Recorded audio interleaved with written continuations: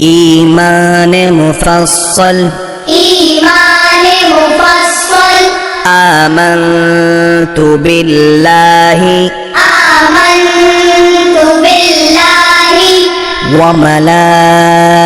وملائكته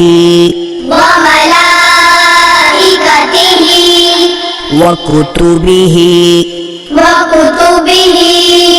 ورسله واليوم الآخر والقدر خيره وشره من الله تعالى والبعث بعد الموت.